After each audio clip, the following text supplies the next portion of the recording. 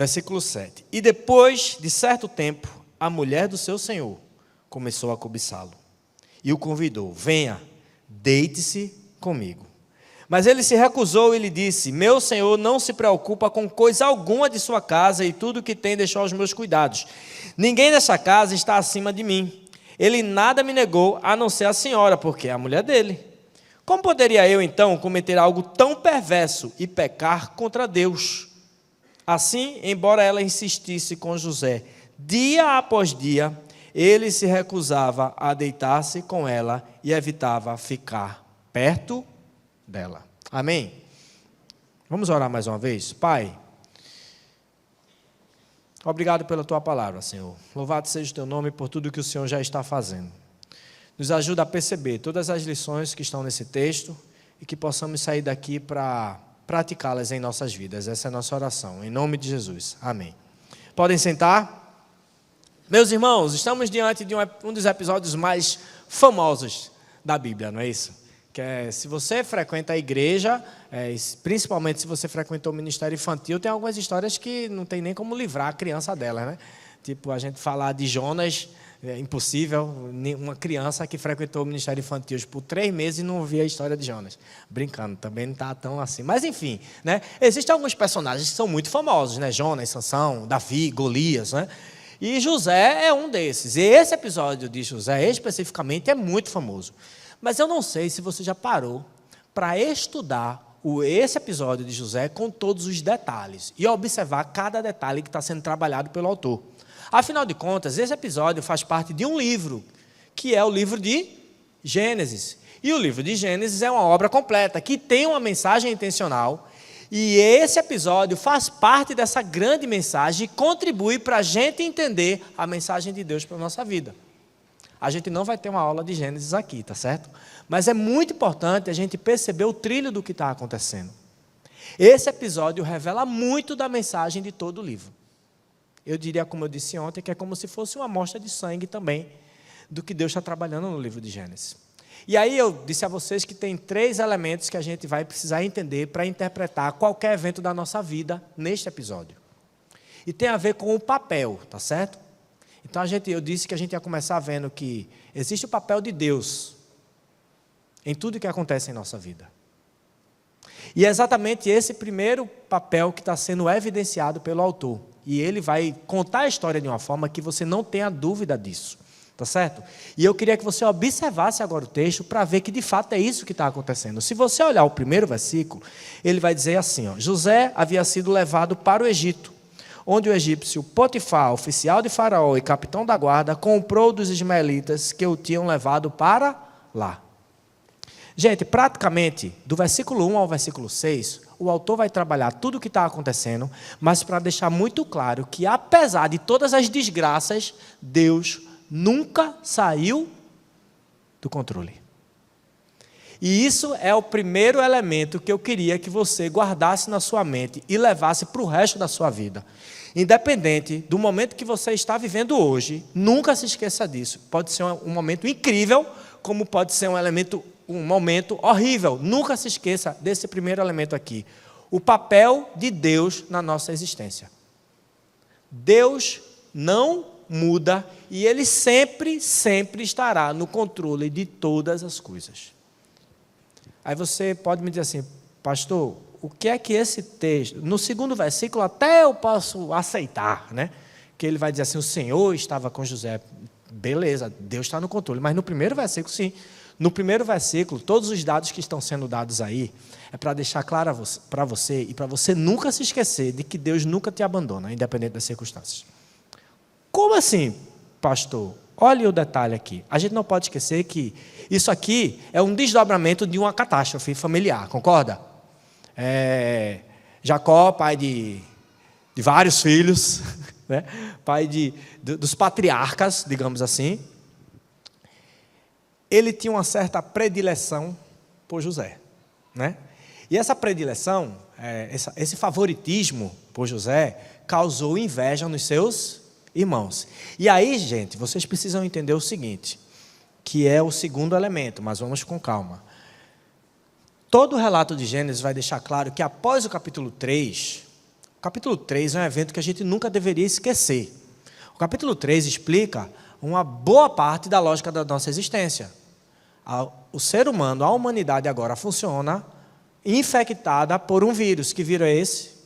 Pecado. E o pecado tem o poder de inverter tudo que Deus faz na sua vida e a vontade de Deus na sua vida. Então, olha só, se você olhar o projeto da família no capítulo 1 e 2, a Bíblia deixa muito claro que a família era para ser um ambiente incrível, bom, que refletisse a glória e o governo do nosso Criador, todo o amor dele neste local, família. Só que depois do pecado, o que é que acontece? Um irmão mata o outro. Existe um recado muito claro sendo dado aí. Aquilo que foi criado para ser bom, a partir de agora está produzindo o quê? Morte. E a culpa disso é de quem? Do pecado. Gente, um irmão matou o outro. Então, um ambiente que deveria ser de amor, de construção, de carinho, um ambiente que deveria significar segurança, prazer. A gente nessa jornada de pastor tem vários episódios tristes de, por exemplo, casais que não estão bem, e de repente a esposa fica dando tempo depois de expediente no trabalho, porque não tem prazer nenhum em voltar para casa. Do quanto que a situação está ruim e difícil. A gente tem pais que não tem prazer em conviver com seus filhos. A gente tem filhos que estão desesperados porque não tem a atenção, o cuidado dos pais. Eu trabalho com a educação, eu sei muito bem o que é isso. Chega ao ponto de atender crianças chorando, dizendo assim, eu não sei a razão de eu existir, não sei nem porque eu nasci, meus pais nem queriam que eu nascesse, eles já falaram isso para mim. Como que pode um ambiente que foi criado para ser tão bom, se tornar em algo tão ruim, tão mal, tão letal, tão destruidor para a personalidade e a existência humana? Foi exatamente isso que aconteceu com José. Aquele ambiente que deveria ser o lugar mais seguro e que mais refletisse o amor de Deus na vida dele, foi o ambiente que promoveu os piores eventos que poderiam acontecer na vida daquele rapaz. Você tem noção do que é os seus irmãos quererem matar você? Foi o que aconteceu com José. O irmão mais velho, Rubem, né, dá uma pausa no plano, na loucura que seria aquele plano. Vocês têm noção? Um irmão tirar a vida do outro. Eu liguei a televisão um dia desse e eu nem costumo, sendo bem sincero, assistir alguns programas. De repente eu liguei, estava lá já no canal, e a reportagem falava de um episódio, gente, que pasme, um irmão matou o outro, na frente do pai de toda a família. Você tem noção? Que absurdo que a gente chegou? Um ambiente que foi criado para refletir o amor de Deus, está refletindo a glória de Satanás. Sangue, morte, destruição, desprezo, dor, violência, traição, mentira. Tudo de ruim dentro do que Deus criou para ser bom. Então José, os irmãos de José queriam matá-lo. E aí Rubem diz, não façam isso, pelo amor de Deus. Ele diz, não vamos carregar esse sangue.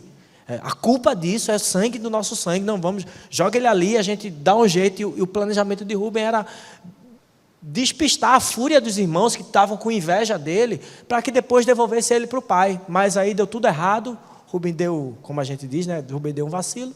Judá chegou e disse assim, tem uma caravana ali, vamos vender. Resumindo, gente, eles vendem o próprio irmão como escravo a uma caravana. Eu queria que você se colocasse agora no lugar de José. Você está indo servir os seus irmãos a pedido do seu pai.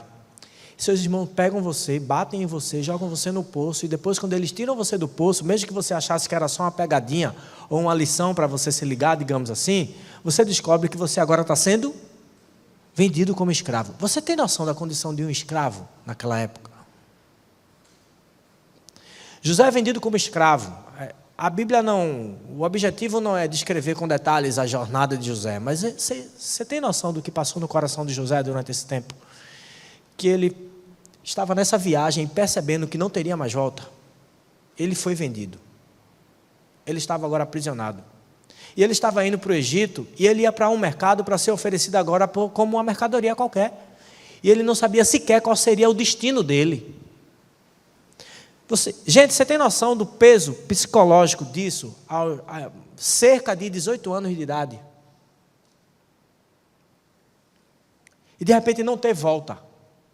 E ele chega lá, e ao chegar no Egito, e eu queria que você pensasse nisso agora. Imagine se fosse você, com a fé que você diz que tem hoje, como que você interpretaria um evento deste na sua vida? Qual seria o conteúdo da sua oração para Deus se isso tivesse acontecido com você? Ou melhor, qual tem sido o seu conteúdo, o conteúdo da sua oração, quando você ora ao Senhor, quando coisas parecidas com essas acontecem na sua vida ou aconteceram?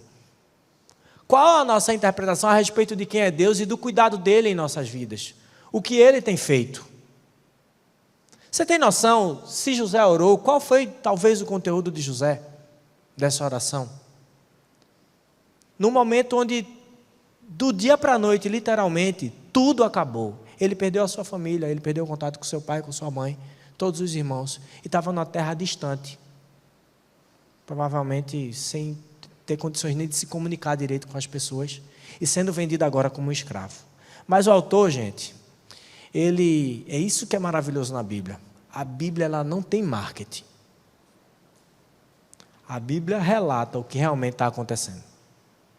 E no primeiro versículo ele diz assim: José foi levado para o Egito, onde o egípcio Potifar, oficial de Faraó, capitão da guarda, comprou dos ismaelitas que o tinham levado para lá. Gente, essa história está sendo contada por quem já sabia o que aconteceu. E o resto da história, você sabe muito bem o que aconteceu. A gente sabe que o próprio José vai interpretar tudo isso que aconteceu na visão bíblica. E esse autor, ao montar este cenário, chegando lá, José, e você tem noção, ele lá, no mercado para ser vendido, o desespero, a dor, o choro, sem poder fazer nada. E chega alguém para comprar ele. E o que para todo mundo aqui seria tipo assim, a concretização da desgraça, o autor na verdade está dizendo assim: glória a Deus. Deus é bom. Deus é bom. Ele nunca falha. Embora o reino das trevas se levante para destruir o povo do Senhor, o Senhor nunca os abandonará. E o Senhor fez com que, mesmo na desgraça, os planos de Deus para a vida de José e o propósito dele não falhasse. E ele foi para um lugar onde ele teve acesso a um homem que tem acesso direto aonde José vai e precisa chegar. Olha que loucura, gente. Muitas vezes a gente não consegue entender o que está acontecendo, nem interpretar. Lembra de ontem? Nós precisamos conhecer o nosso Senhor para entender o que Ele está fazendo. O que é que o autor está querendo mostrar para a gente? Conheça o propósito de Deus. E você lembra do propósito de Deus ao criar a humanidade? Vocês são criados para ser minha imagem e semelhança. Primeiro atributo que Ele dá é o quê? Dominem, governem sobre toda a criação. Com o pecado, o domínio humano cai no pecado e o governo humano passa a ser essa loucura que a gente está vendo aí, de dominação, de impiedade. Mas Deus está conduzindo o seu servo para chegar numa posição de governo, para livrar o seu povo da fome, porque Ele tem um plano na vida do seu povo. Então, embora o pecado tenha entrado na família de José e destruído as relações, o que o autor está querendo dizer é que no meio de toda essa desgraça, o Senhor continua fiel. E Ele é soberano na história. Não cai uma folha se o Senhor não quiser. E Ele está conduzindo todo o processo para que os propósitos deles, os propósitos de Deus, sejam realizados. E sabe o que é curioso aqui? A gente vai ver que um dos elementos é que Deus faz o papel dele para que a gente possa fazer o nosso papel. E aí, gente, praticamente do versículo 1 ao 6, o autor vai dar todos os dados para você perceber que Deus não muda. Humanamente falando, aos olhos de qualquer pessoa, isso aqui era tipo assim, a concretização de toda a desgraça. E o autor está querendo mostrar que no meio de toda a sequela do pecado, e eu quero que você faça o paralelo com sua vida agora, tá certo? Você pode estar enfiado em muito enrascada por causa da ação do pecado na sua vida. Você pode ter feito muitas escolhas erradas por causa da ação do pecado na sua vida. Seus relacionamentos podem estar muito destruídos por causa da ação do pecado na sua vida, ou por causa da ação do pecado na vida de outras pessoas. Isso é o que é mais doloroso para se atender, inclusive como pastor. É você atender as pessoas que mostram que o pecado na vida de outras pessoas afetou elas de forma letal. A gente está vendo isso agora no caso de José. Mas o que é que a palavra está mostrando para a gente? Independente do grau de destruição do pecado, o Senhor, Ele é fiel. O nosso Deus, Ele é bom. Nosso Deus, Ele é? A gente cantou isso hoje aqui, gente. Não espere passar por essas experiências para reconhecer que Deus é bom. Aprenda com os erros dos outros, que é melhor, né? Deus é bom. Independente das circunstâncias. Nunca se esqueça disso. O nosso Deus é bom. E Ele faz a sua parte. Nosso Deus está no controle de todas as coisas. Você crê nisso? Você crê realmente nisso? Vocês viram que uma oficina falava sobre eu sendo missional nos relacionamentos. Você está vendo que essa primeira parte é um desafio? E José vai dar um testemunho absurdo em relação a isso, porque na hora que ele podia se vingar dos irmãos, ele agiu como Cristo. Ele perdoou. Quanto e quanto perdão precisa ser liberado nos nossos corações? É lógico que sim, porque pela lógica bíblica ele diz que o pecado continua agindo em nossas famílias. E o pecado vai querer continuar destruindo os relacionamentos dentro da nossa família. E as consequências serão muito letais e, pasme, essas consequências às vezes passam de geração para geração. A gente tem visto isso na prática, no ramo da educação, inclusive. Pais que tiveram experiências negativas com seus pais, replicam um comportamento de repente soberbo e orgulhoso com seus filhos e viram uma máquina de machucar um ao outro, e a ausência do perdão, da humildade, do serviço, enfim. Independente do grau de destruição do pecado em nossas vidas, a gente nunca pode esquecer, nós servimos a um Deus que não perde nada do controle. Deus está conduzindo a história. E aí, a partir daí, ele começa a dar mais indícios, né? Para ficar muito claro, a partir do versículo 2, ele já é bastante enfático e claro. O Senhor estava com José, de modo que ele prosperou. Eu fiz você minha imagem e semelhança, dominem. José, você é um servo fiel, você vai dominar. Não pegue isso agora para também fazer teologia da prosperidade, né? Então, eu vou servir ao Senhor, e eu vou decretar, eu vou dominar, vai faltar cadeira para tanto governador, não é não? Calma, não é bem assim. Na verdade, a lógica numericamente falando, é o inverso, tá certo? Tipo assim, quanto mais a gente é fiel ao Senhor, mais a gente vai ser perseguido, porque a humanidade toda pensa no antimissional. A humanidade serve a um modelo anticristo. Viu, gente? O modelo de governo da humanidade é opressor, o modelo de governo de Cristo é aquele que serve. Então, como que isso vai se alinhar? Né? Eu fiquei desesperado com o que aconteceu na última eleição. Como é que a igreja se divide em torno de visão a respeito de governo terreno?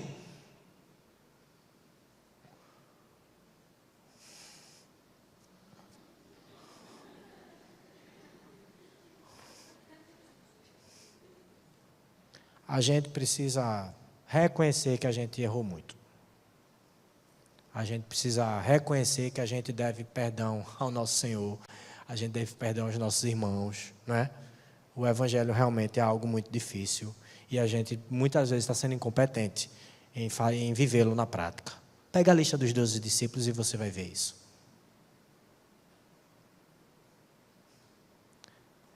Lá tinha o publicano, que era o aliado do império, o opressor. E tinha o cara das Farc, a revolta armada que queria derrubar o império. Todo mundo se uniu em torno de um ideal comum, porque eles entenderam que aquilo que eles estavam lutando ali era um governo terreno, caído, satânico. Eles estavam diante do Rei dos Reis, do Senhor dos Senhores. E é a respeito do reino dos céus. E eles se curvaram diante desse rei e sublimaram as suas diferenças para aprender com o Senhor como viver o reino de Deus agora. Isso não vai ser fácil. Nunca foi fácil e não será. José é um exemplo de que saiu da miséria e o Senhor prosperou, mas a gente vai ter muitos exemplos que foram contrários. Aliás, no 4º capítulo de Gênesis, antes de José, um servo do Senhor, piedoso, que representa a descendência aprovada pelo Senhor, escolhida por ele, foi assassinado, Abel.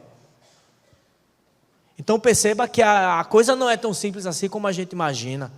O nosso Senhor nos ensinou: no mundo tereis aflições, mas tenham bom ânimo. Eu venci o mundo, eu sou fiel, eu sou bom, eu estou no controle de tudo. Estarei com vocês e nunca abandonarei vocês e virei para buscar vocês. É assim que a gente tem que ler o que está acontecendo. Independente do que está acontecendo em nossa existência, nunca se esqueça disso. O Senhor estava com José. Leia assim, ó: o Senhor está com o seu povo. O Senhor faz o seu povo prosperar. E sabe o que aconteceu? Um ímpio, gente, olha que interessante, um ímpio percebeu isso e faz o quê? Promove José. Tipo assim, ele talvez tenha chegado como um escravo mais raso e agora ele é um escravo doméstico. E dentro do doméstico ele vira o superintendente de toda a casa, meu irmão. É tipo assim, só está abaixo do dono. E eu garanto a você que José só chegou aí, não é porque ele simplesmente era um camarada que lia a Bíblia todo dia, não. Ele era muito competente, com certeza, viu, meu irmão? E reflita sobre isso também. Se você percebe que Deus é fiel, Ele é bom, Ele não muda, Ele faz a sua parte, faça a sua em qualquer área da sua vida. Porque se José fosse um exemplo de devocional e de oração, o Potifar não ia estar muito interessado nisso não, minha gente. Potifar estava interessado em quê? Excelência no que se faz. E aí tem a oficina que falou muito bem sobre isso, né? Como que eu vou ser missional no meu trabalho? A gente está vendo aqui que Deus abençoou José, porque José está fazendo parte do plano maior de Deus. Ou seja, José está entendendo, talvez não tenha entendido com detalhes tudo, mas ele está agindo, entendendo que ele tem um Deus que é o Senhor da vida dele, mesmo estando longe da família, mesmo tendo sido vendido pelos irmãos, tendo motivos para praguejar contra esse Deus, ele continua agindo com a excelência que Deus pediu em Gênesis 1, para refletir a imagem desse Criador. E o Senhor passa a usar o seu servo e abençoar o seu servo ao ponto dele tomar conta de praticamente tudo. E aí, gente, o texto vai inclusive dizer que Potifar só se preocupava com um prato para comer. Vida boa de Potifar, não é não? E aí, a primeira parte que o autor vai deixar claro, que Deus está fazendo a parte dele. Vocês perceberam isso?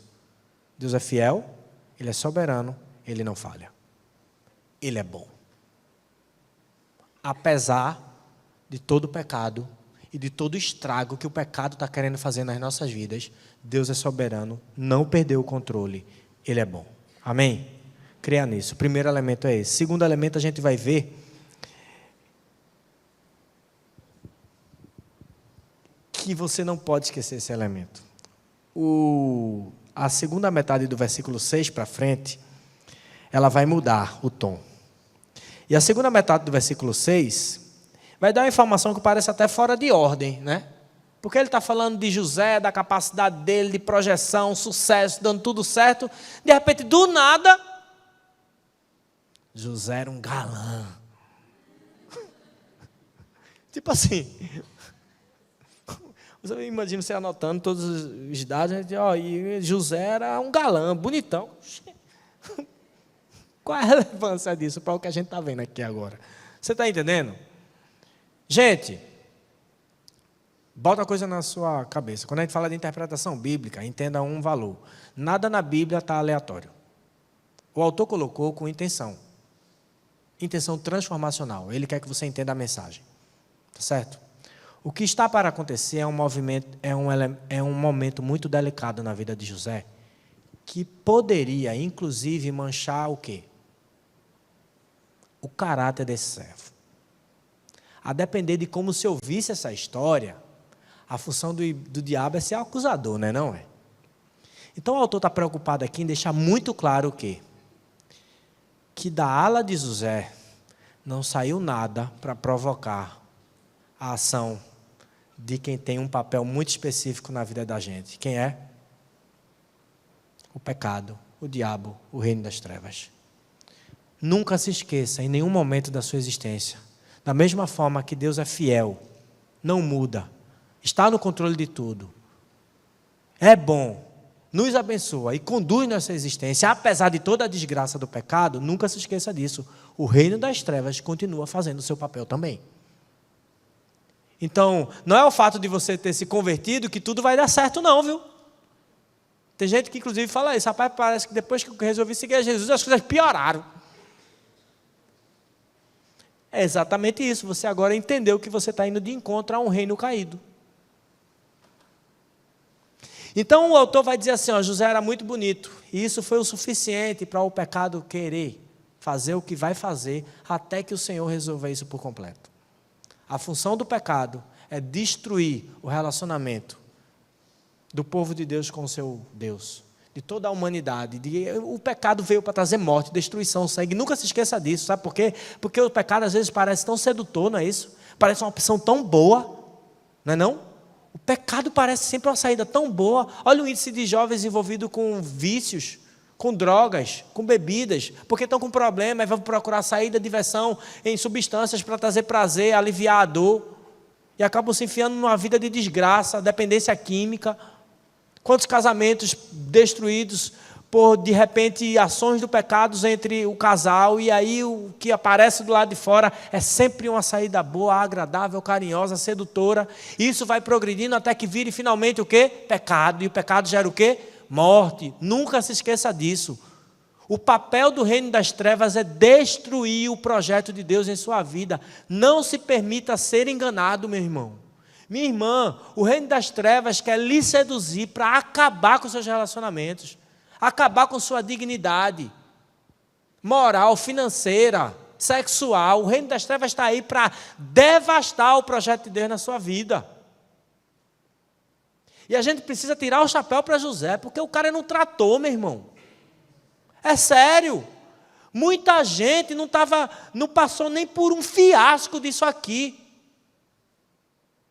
E cai.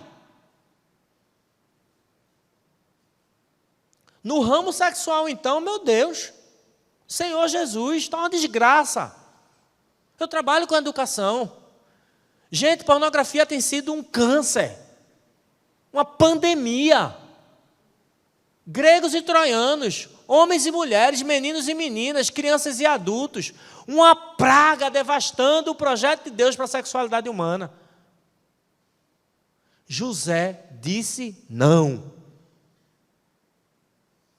E olhe que ele estava só, ele estava longe da sua família, ele estava com o emocional dilacerado, com saudade, triste.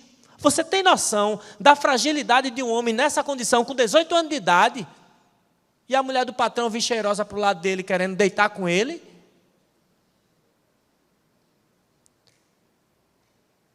O inimigo está ao nosso derredor, e ele ruge como um leão.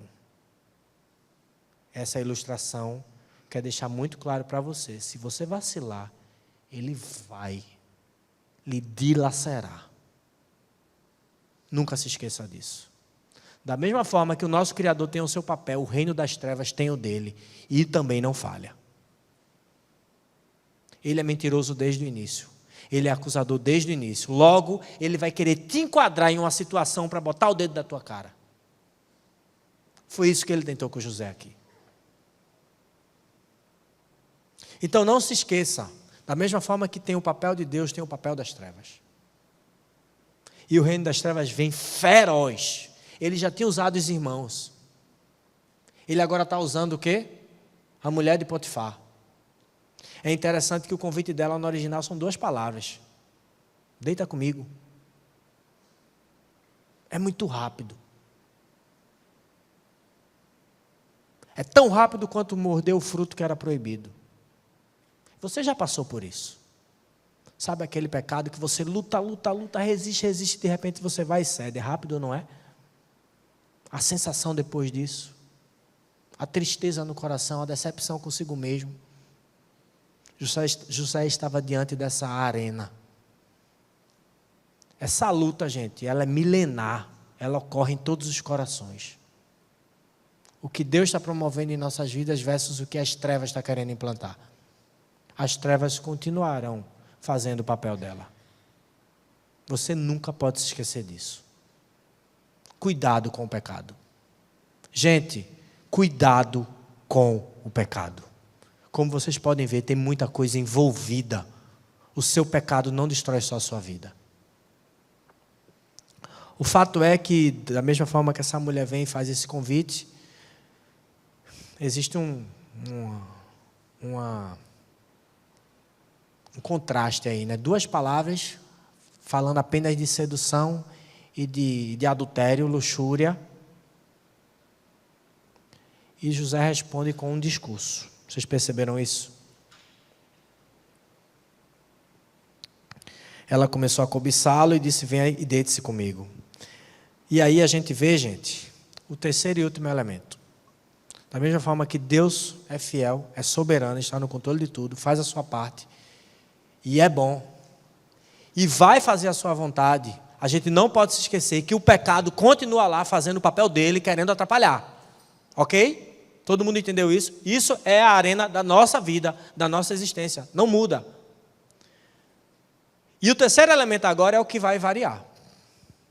Porque o terceiro elemento diz assim, que o povo do Senhor, aqueles que realmente são escolhidos por Ele, que amam o Senhor, que ouvem a sua voz e obedecem à sua vontade, eles fazem o seu papel.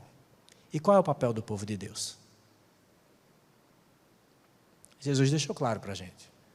Aquele que ouve as minhas palavras e as pratica. Precisamos ser fiéis ao nosso Senhor. E olha o discurso de José. O versículo 8 vai dizer: ele se recusou e lhe disse: meu Senhor não se preocupa com coisa alguma de sua casa, e tudo o que tem deixou aos meus cuidados. José vai colocando cada argumento no seu devido lugar, ou seja, eu preciso testemunhar no meu trabalho. Eu preciso ser uma bênção em tudo que eu faço aqui dentro. Se o Senhor me criou para refletir o seu governo, se eu estou sujeito a qualquer autoridade, é governo. Então eu preciso testemunhar que eu estou sujeito a essa autoridade como se eu estivesse sujeito à autoridade máxima, que é o criador do sistema autoritativo. Vocês estão entendendo? Eu preciso dar testemunho de quem criou tudo isso aqui, mesmo tudo estando corrompido, eu vou ser fiel à vontade de Deus para a minha vida, eu vou ser diligente, cuidadoso, e eu vou ser fiel ao meu Senhor aqui na terra, porque eu devo isso a Ele. Eu sou empregado dele, eu preciso fazer tudo corretamente. Você está entendendo como não é fácil aqui? Muito cuidado com tudo que você faz na escola. Muito cuidado com tudo que você faz no seu emprego. Muito cuidado com tudo que você faz na sua faculdade. Porque isso tem a ver com você fazer ou não o seu papel. Deus faz o dele. Mas você precisa fazer o seu. E não se esqueça, o reino das trevas está de vento em popa fazendo dele também. Se tem um elemento desses três aqui que é incompetente, pode ter certeza, é só a gente. Porque Deus faz o papel dele e o reino das trevas também, não se esqueça disso. Mas do lado humano, aí o negócio fica complicado. Mas estamos diante de um grande exemplo. E este homem entendeu como é que funciona o verdadeiro reino. E ele vai dizer: ninguém desta casa está acima de mim, ele nada me negou, a não ser a senhora. Ele está dando, inclusive, aqui o valor do casamento. O entendimento dele a respeito da aliança matrimonial, que reflete a aliança de Deus com o seu povo, Cristo e sua noiva, a igreja. Já está tudo embutido aqui, gente. Tudo que a gente faz na nossa vida particular, de forma prática, na verdade, vai testemunhar ou não do nosso conhecimento do Evangelho. Foi o que a gente viu ontem. Conheça Jesus para entender o que Ele está fazendo e participar. O que a gente vai ver hoje, na verdade, é se a gente vai participar ou não do que Jesus está fazendo. Se José deitasse com essa mulher e cedesse a sua carne, as suas necessidades fisiológicas, com todas as desculpas possíveis, de forma resumida, José está fora do que Deus está fazendo. É isso que você quer para a sua vida?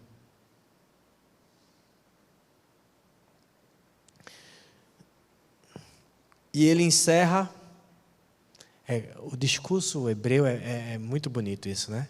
Ele vai chegando no auge da argumentação. E qual é o último elemento da argumentação? Olha o final do versículo 9. Como poderia eu, então, cometer algo tão perverso e pecar contra Contra quem, gente? Contra Deus. Meu irmão, minha irmã, quando nós mentimos para os nossos pais, filhos e filhas, quando vocês mentem para os seus pais, vocês não estão agredindo seus pais. Vocês estão pecando contra o Senhor. Meu irmão, minha irmã, quando nós somos desonestos nas nossas finanças, nós não estamos tirando vantagem financeira, nós estamos pecando contra o Senhor.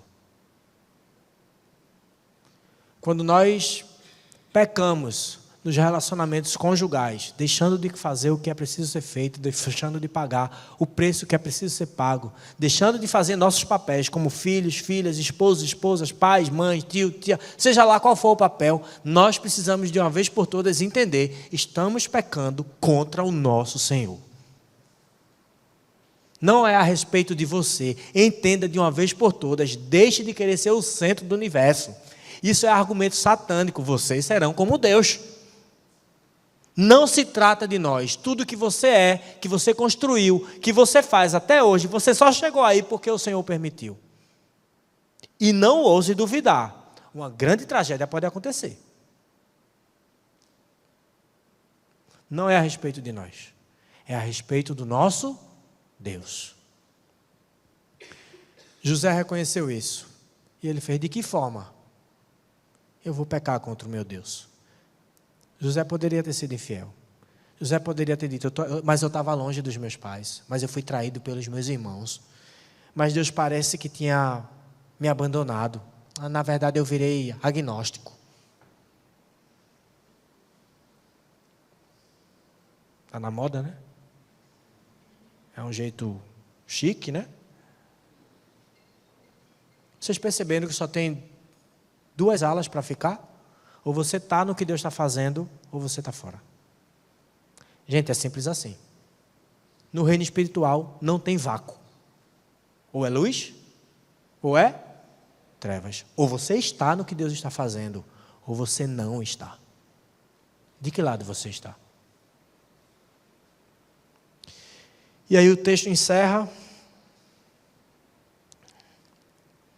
dizendo que dia após dia essa mulher insistia e aperreava o juízo de José, com 18 anos de idade. Será que a gente teria a resiliência, a resistência que José teve, a fidelidade de José? Vamos ser sinceros? Mas você não pode esquecer de um elemento muito importante aqui. O texto começa dizendo que existe o primeiro elemento, é o que? O papel de Deus. Entenda de uma vez por todas que tudo que eu estou cobrando aqui, não sou eu, estou expondo, que a Bíblia está cobrando de nós como servos do Senhor, é que nós precisamos ser fiéis ao nosso Deus, obedecendo à vontade dEle, independente das circunstâncias. Olha as circunstâncias de José. Mas o primeiro elemento que ele apresentou para nós é confortante, sabe por quê? Porque ele disse que o Senhor faz a parte dele. Sabe por que José prosperou? Não era só porque ele era competente, não. É porque o Senhor estava com ele. O grande mérito continua sendo de Deus. Então, quando as suas forças acabarem, o Senhor estará com você. Quando estiver além do que você pode fazer, não se esqueça, o Senhor está com você. Aliás, Ele prometeu isso para quem estiver na missão. Só tem 2 lugares, ou dentro ou fora. E Ele, quando ressuscitou, disse o quê? Recebereis poder, este mesmo poder que foi revestido aqui em José. Esse mesmo Espírito que protege José para realizar a missão do reino. Jesus prometeu para toda a igreja, dizendo assim: vocês serão minhas testemunhas em Jerusalém, Judéia e confins da terra. Entrem nessa missão. Eu estou chamando vocês e eu capacitarei vocês. No momento que as forças acabarem, vocês vão entender, a força virá de mim. No que vocês não conseguem resolver, não se preocupe, eu resolverei. O poder do Espírito Santo acompanha a sua igreja. O poder do Espírito Santo acompanhará você aonde você for. Independente do grau de dificuldade, da letalidade do pecado na sua vida, o Senhor está com você, meu irmão. Creia nisso, agarre-se nisso e faça a sua parte. Conheça o Senhor, para fazê-lo conhecido. Essa frase é incrível.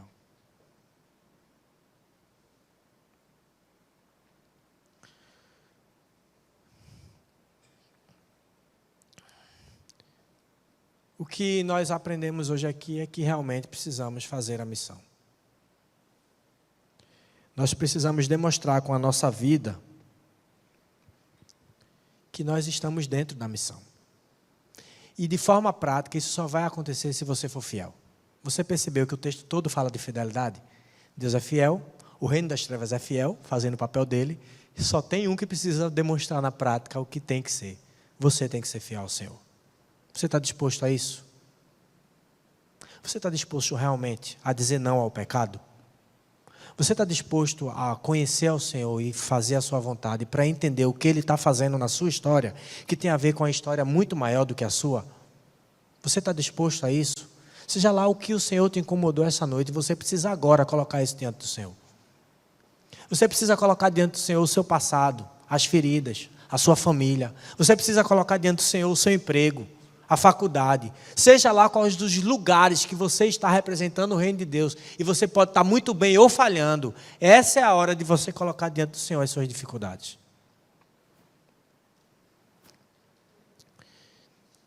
Eu queria que a gente ficasse de pé para encerrar com uma oração.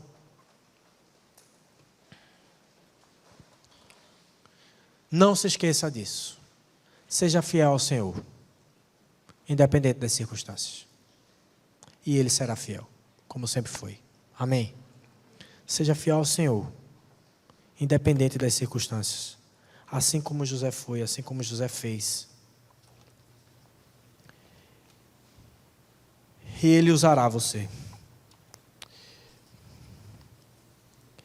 Eu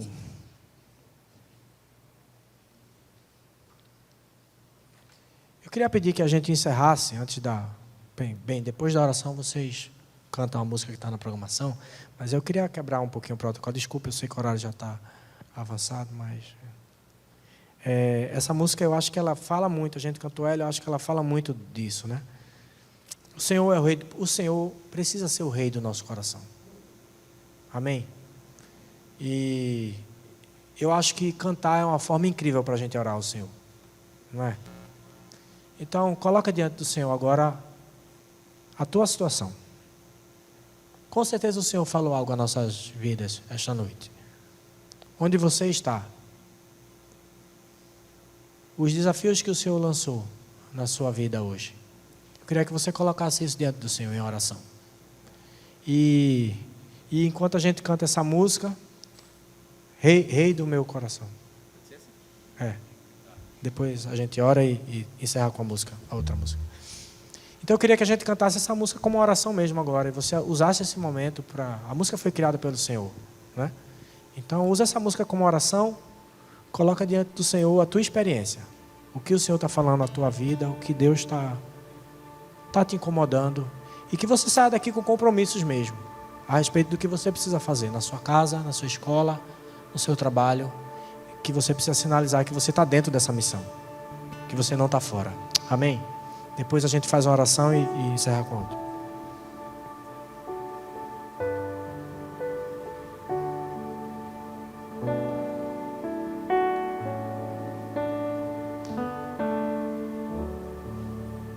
Rei do meu coração, seja o monte que percorro, a fonte que eu bebo, és minha canção.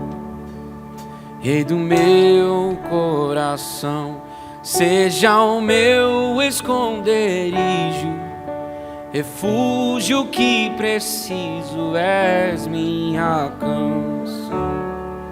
Tu és bom, bom, bom. Tu és bom, bom, bom. Tu és bom, bom, bom.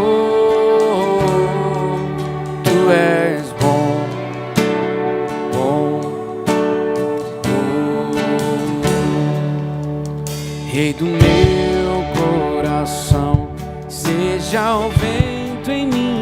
minhas velas, a âncora no mar. És minha canção, Rei do meu coração. Seja o fogo em minhas veias, o eco dos meus dias. És minha canção, Rei do meu coração, Rei do meu coração. Seja o vento em minhas velas, a âncora no mar. És minha canção, Rei do meu coração. Seja o fogo em minhas veias, o eco dos meus dias. És minha canção, tu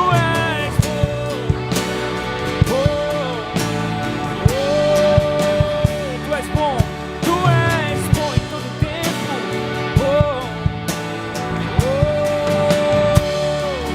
Tu és bom,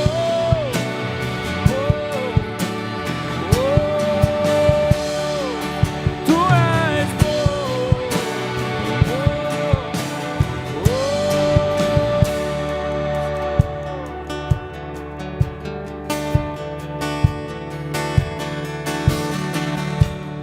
Tu não me deixarás, não me deixarás jamais. Tu não me deixarás, não me deixarás jamais. Cante isso. Tu não me deixarás, não me deixarás jamais. Tu não me deixarás, não me deixarás jamais. Vamos juntos. Tu não me deixarás, não me deixarás jamais, não. Tu não me deixarás, não me deixarás jamais.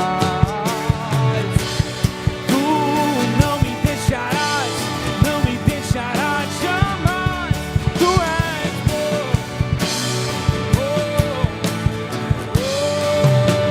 tu és bom, tu és bom em todo tempo. Tu és bom, tu és bom. Vamos terminar a igreja, tu és bom. Tu és bom. Cante. Tu és bom, tu és.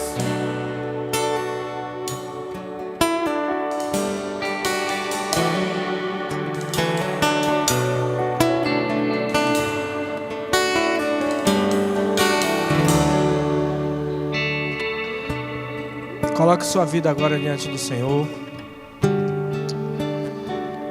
Peça perdão se talvez em algum momento da sua existência você duvidou que Deus era bom.